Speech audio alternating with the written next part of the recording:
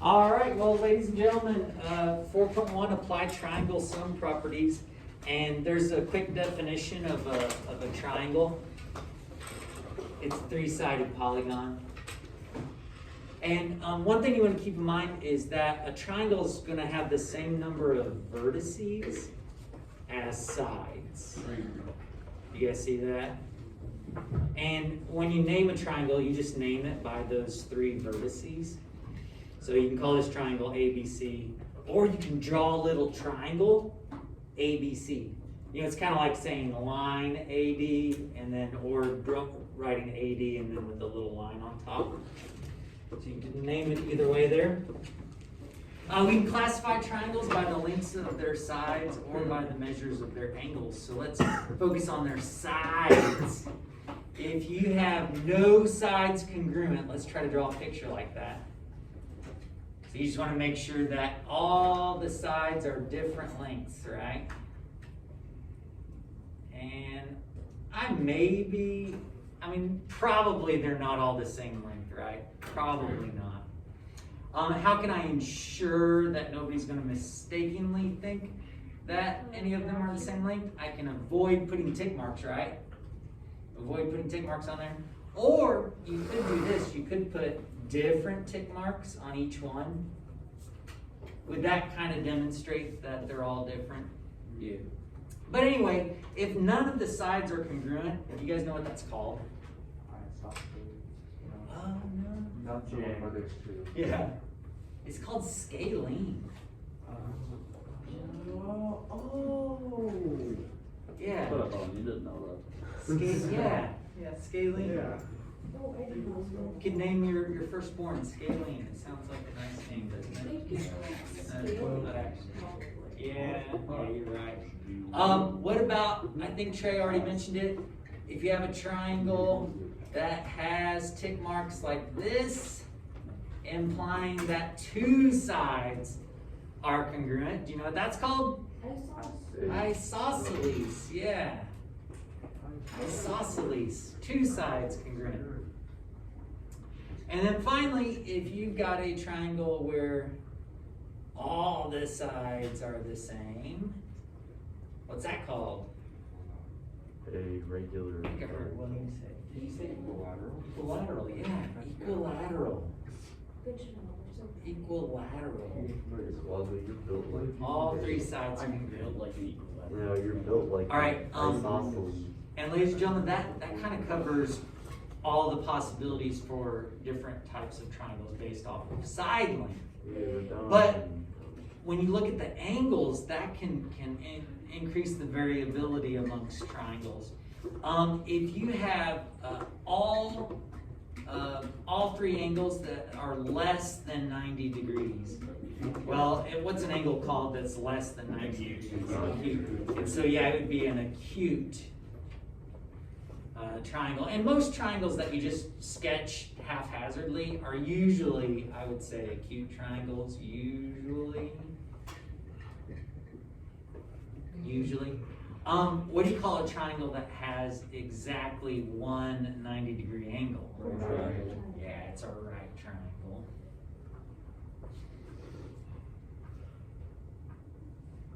So you want to put that little box in there. And then a triangle that has one angle that's more than 90 degrees, but less than 180. It's obtuse. And so normally, to make sure I draw this right, I just draw a clearly obtuse angle first, and then connect it to make a triangle. So obtuse. And then finally, if you have a triangle where all the angles are 60 degrees, well, that also means that all the angles are the same, right? And it's not equilateral, because that's talking about the sides, but it's equiangular. Now, regular is, equilateral and equiangular triangles are regular as well. They have the same congruent sides as regular. Yeah. So it's equiangular, and you can draw that like so, and you could just put the same arc marks, right? or you could put little tick marks on there. But either way, that's showing that all the angles are the same. Or you could write 60 degrees on each one, right?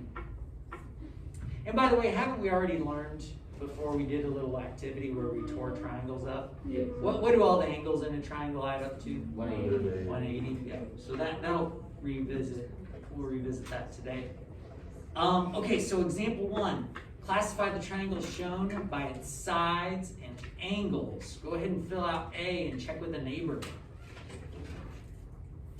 Classify it by its angles and its sides.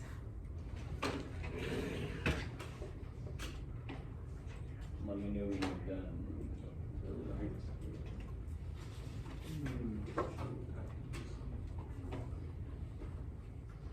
You done? We're doing it for all of them or just the first one? We'll do the first one, check with the neighbor. If you agree, then go on, yeah. Right scaling and, no, it's scaling and right. Could we just, if something's, if the triangle is like, equilateral and equiangular, we just put regular triangle? Well, I would like you to do both because a lot of times people get confused on equilateral and equiangular. So I kind of feel like if you write both out and think about it more often, you won't get confused with the two.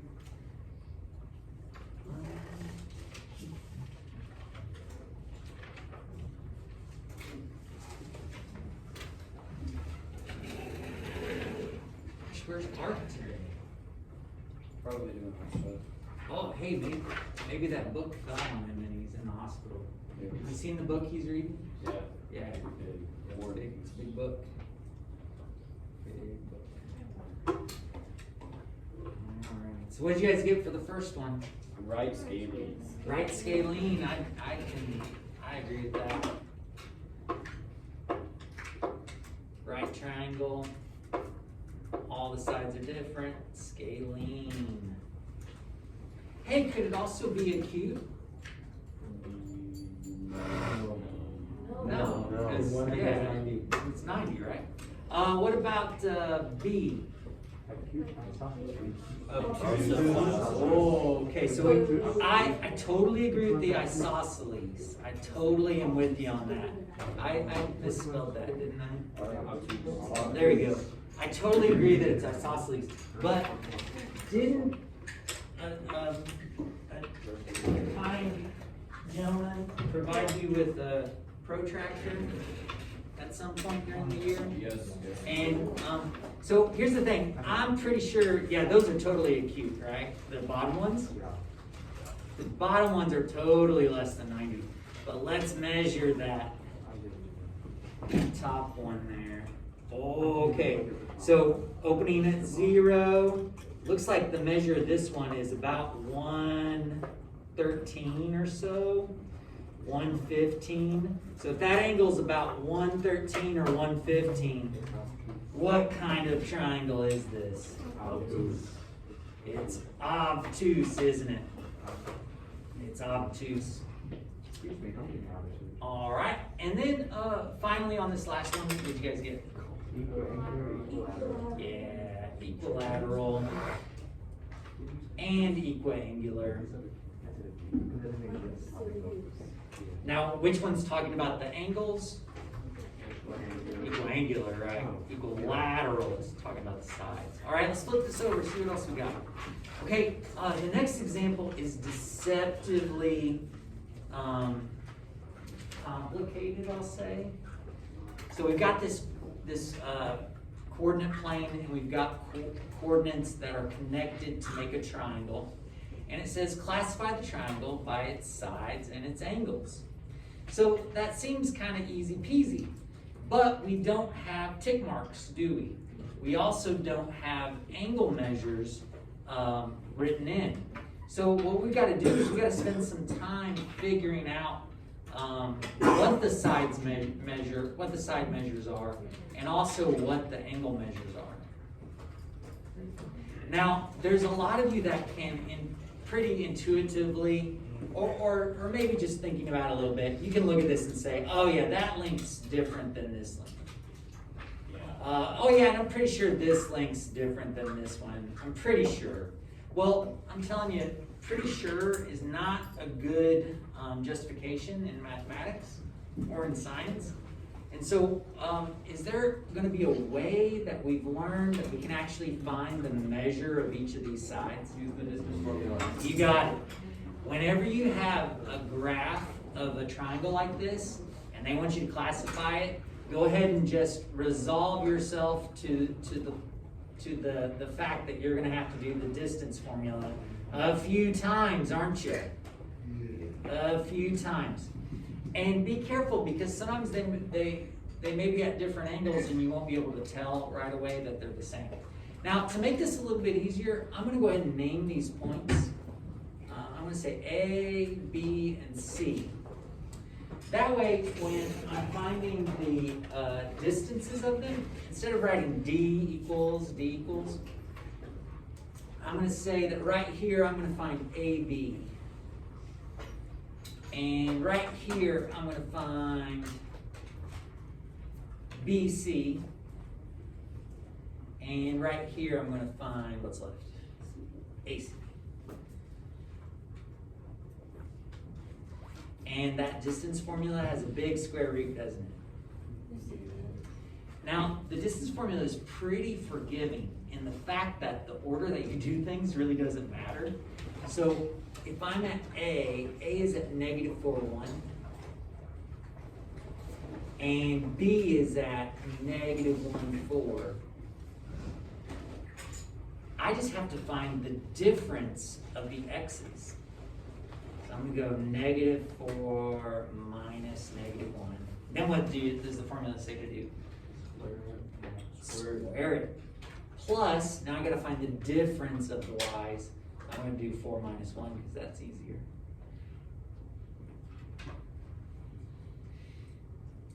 And then we just gotta work it out a little bit.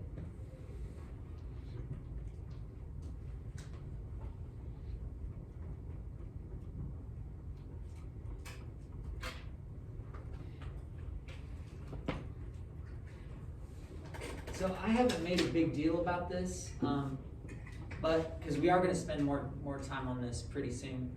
But square root of 18, that is actually an exact answer. But then it's if we punch it in a calculator, we'll get a decimal answer. But aren't we going to have to round the decimal answer a little bit?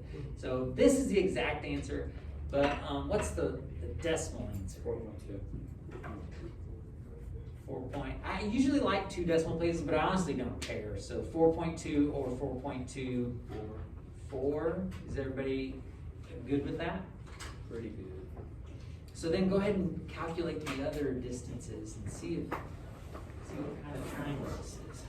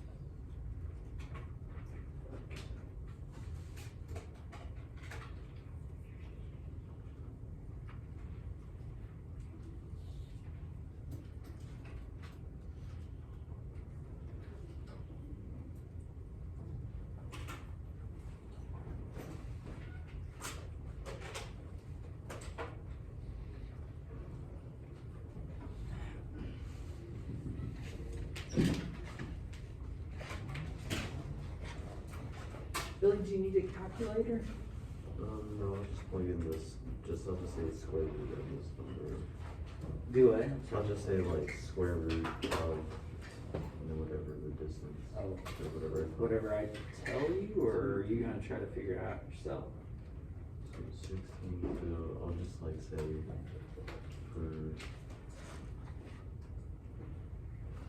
for BC here, I'll just say like 32, like that. Oh, okay, good deal. I just wanted you to actually like do it, so that's awesome.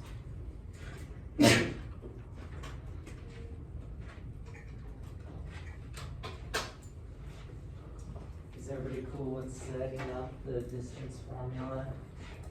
Yeah. Setting it up. If you have questions, let me know.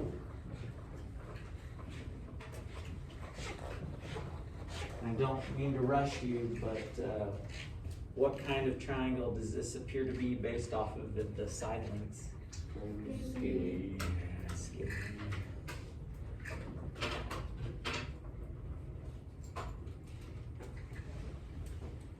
Now, is that the whole story though in classifying a triangle? No. It's not. So what you could do is you could grab your protractor, but we would be assuming that this graph is like the proper scale, like these are actually true boxes and they haven't kind of stretched it out or anything. But yeah, you could measure it. I feel pretty confident that this is what kind of angle right here? Acute.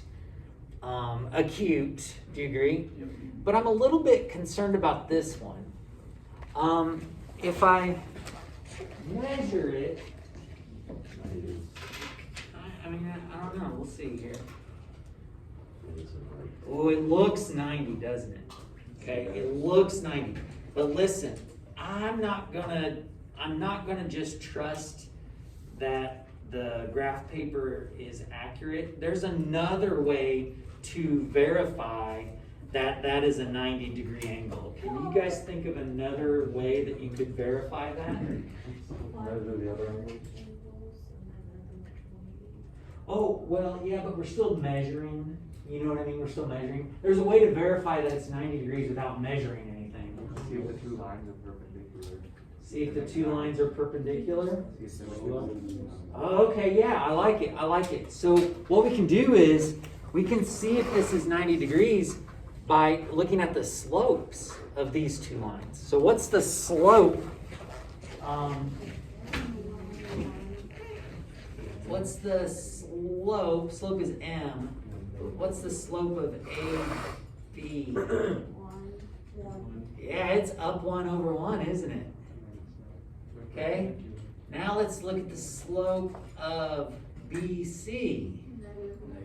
Oh, snap, it's -1. Well, what's 1 times -1? -1. -1, or another way to think of it is -1 the opposite reciprocal of 1? Yep. It sure is. So we know that MAB is perpendicular to M, the slope of BC. So we've got a right angle, don't we?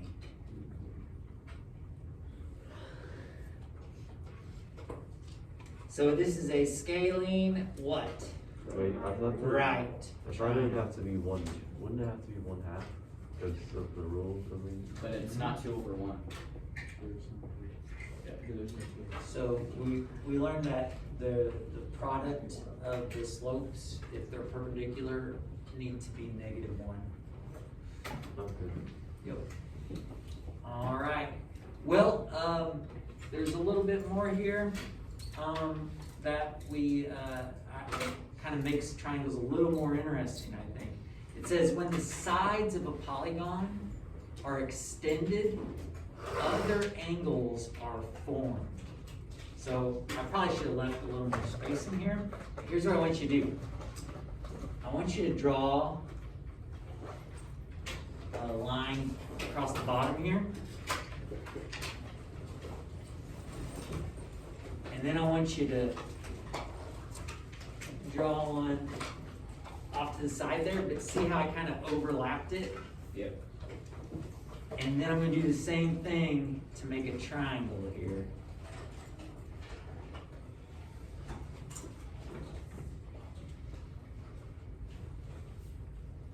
So you've got this triangle, do you see it? You've got this triangle, but see how we extended out the sides a little bit? What that forms is, well, what you've got is the interior angles will be these ones that I put dots on.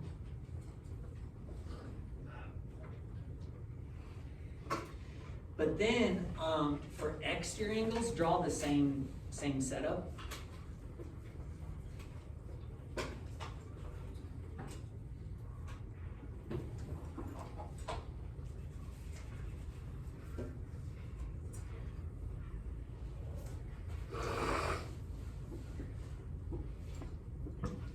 Better extend that out a little bit. There we go. Okay, exterior angles are the angles that are on the outside that are adjacent to the interior angles. So here's the interior angle, and what are some angles that are adjacent to this interior angle? The top one. The top one would be a vertical angle, it's not adjacent. Oh, that's not the one that So we're talking about these two right here. Those are adjacent to the interior angles, and they're called the exterior angles. We don't pay much attention to this one because isn't it going to be the same measure as this one?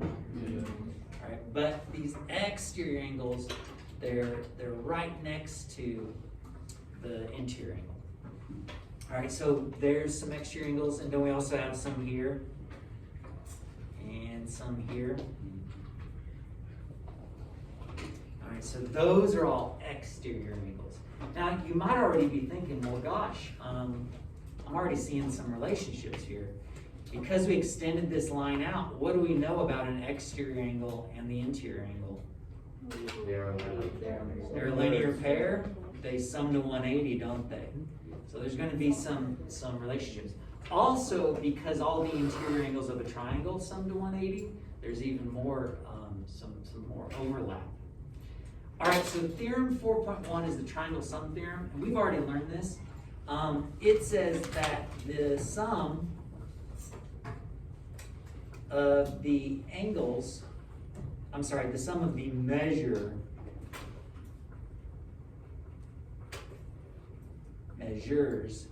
of the interior angles of a triangle is what? 180 degrees.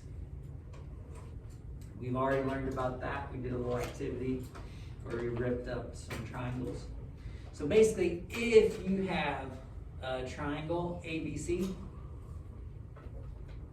then what do you know about the measure of angle A plus the measure of angle B plus the measure of angle C? They add up 180. They add up to 180.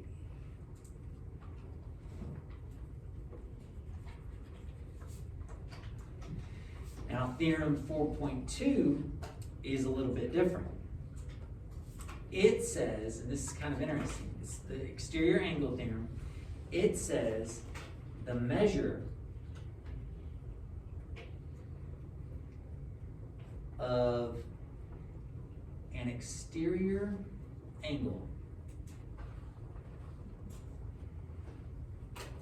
of a triangle is equal to the sum,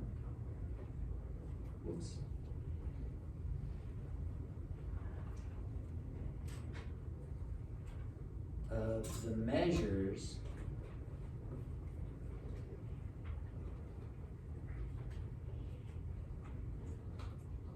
of the two non-adjacent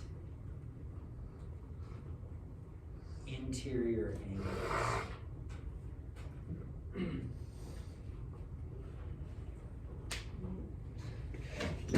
The measure of an exterior angle of a triangle is equal to the sum of the measures of the non-adjacent interior angles. We may need a picture to help us visualize this a little bit better.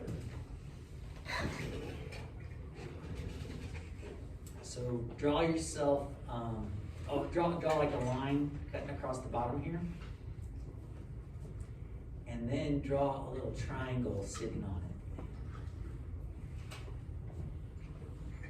So let's call this triangle ABC again. But what we've done, if we've just extended out one side of the triangle, is we've created what kind of angle right here? Okay, so let's call this exterior angle angle 1. The exterior angle theorem says that the measure of angle 1 is going to be equal to the sum of the two non-adjacent interior angles. Do you guys see that angle C here is the adjacent interior angle? So the measure of angle 1 is not going to be equal to anything with this. It's going to be equal to the sum of A and B, the two angles that are not adjacent with it. So measure of angle 1 is equal to measure of angle A plus the measure of angle B.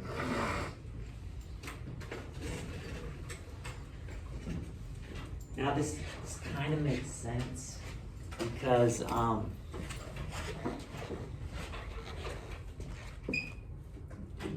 don't we know that all the interior angles of a triangle add up to 180? We also know that these two angles add up to 180. So it kind of, if you think about it, it makes sense that this angle here would be equal to these two together. What do you guys think about that relationship right there? Makes sense. Is it all right? Yeah. What time do you get out of here? 9 o'clock.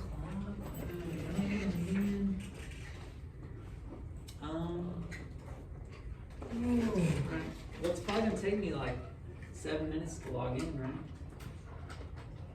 Maybe.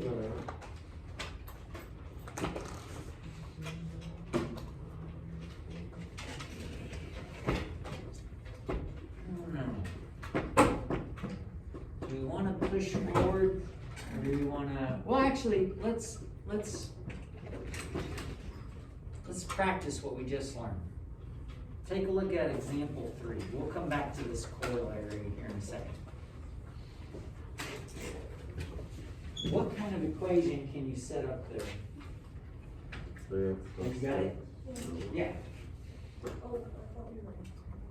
Oh, well, what's the relationship that we have? Oh, you would do, D is equal to, well, no, 3x plus 6 is Oh. equal to 80 plus x. Do you guys agree with Hannah? Yeah. This 3x plus 6 is an exterior angle, isn't it? And we just learned that the exterior angle is equal to the sum of the two non-adjacent angles.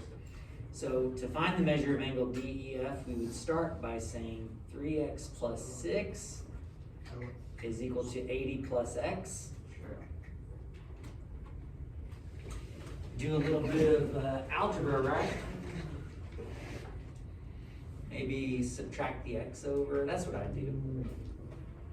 I'd subtract the 6 over.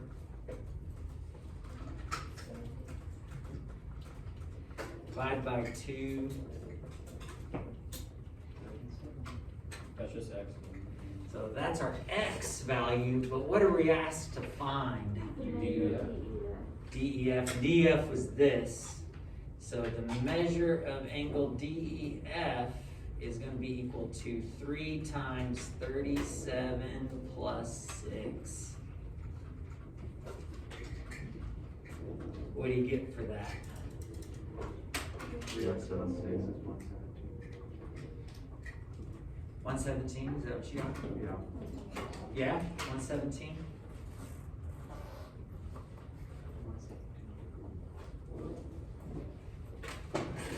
Oh, yep, sure enough. So, ladies and gentlemen, tomorrow we'll go over our tests and we'll finish up these notes. I'll go ahead and put the assignment up on Canvas, so you can access that if you want to get a head start on it.